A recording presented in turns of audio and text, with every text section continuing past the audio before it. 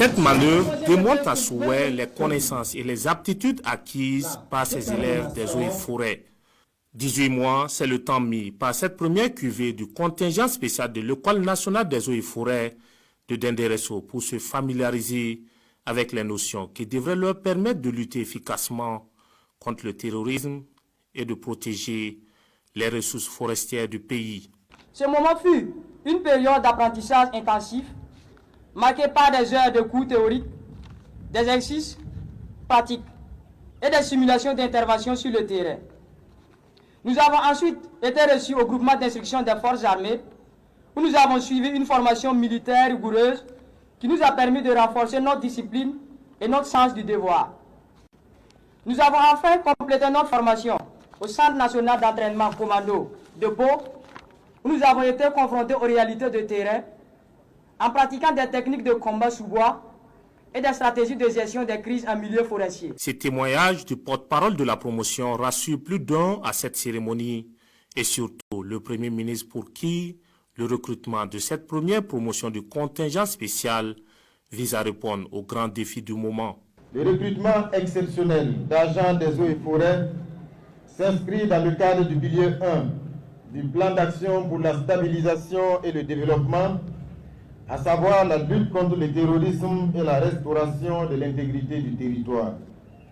Il vise à accroître la part contributive du ministère chargé de l'environnement à travers le corps des eaux et forêts dans la reconquête du territoire et la sécurisation des massifs forestiers investis par les bandits armés.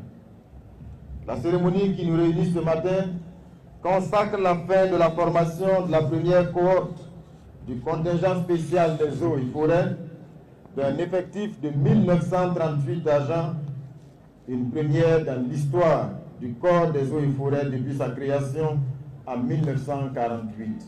Baptisée l'Anayan Djoula ou la confiance, cette promotion qui porte aujourd'hui ses épaulettes mesure l'immensité de la tâche qui l'attend. En tout cas, le gouvernement, pour sa part, fonde beaucoup d'espoir sur ce corps d'élite du ministère en charge de l'environnement. Cette journée marque une étape très importante, non seulement pour vous, chers fioles, mais aussi pour notre nation tout entière qui compte sur votre engagement pour protéger ses ressources naturelles et assurer sa sécurité environnementale. Excellences, Monsieur le Premier ministre, distingués invités, Mesdames et Messieurs, en tant que responsable du département de la sécurité, je mesure les défis auxquels notre pays fait face, tant sur le plan de la sécurité humaine que de la protection de notre environnement. La sécurité de notre territoire et la préservation de nos ressources naturelles sont indissociables. Excellences, Monsieur le Premier ministre, Mesdames et Messieurs, nous, parrains de la présente promotion, tenons à saluer le travail remarquable accompli par l'École nationale des eaux et forêts sous le leadership de son directeur général. Justement, le directeur général de cette école a remis au nom de sa structure un chèque d'1 million de francs CFA comme effort de paix au ministre en charge de la Défense. Le Premier ministre, lui aussi, est reparti avec un présent ainsi que les membres du gouvernement présents à cette cérémonie.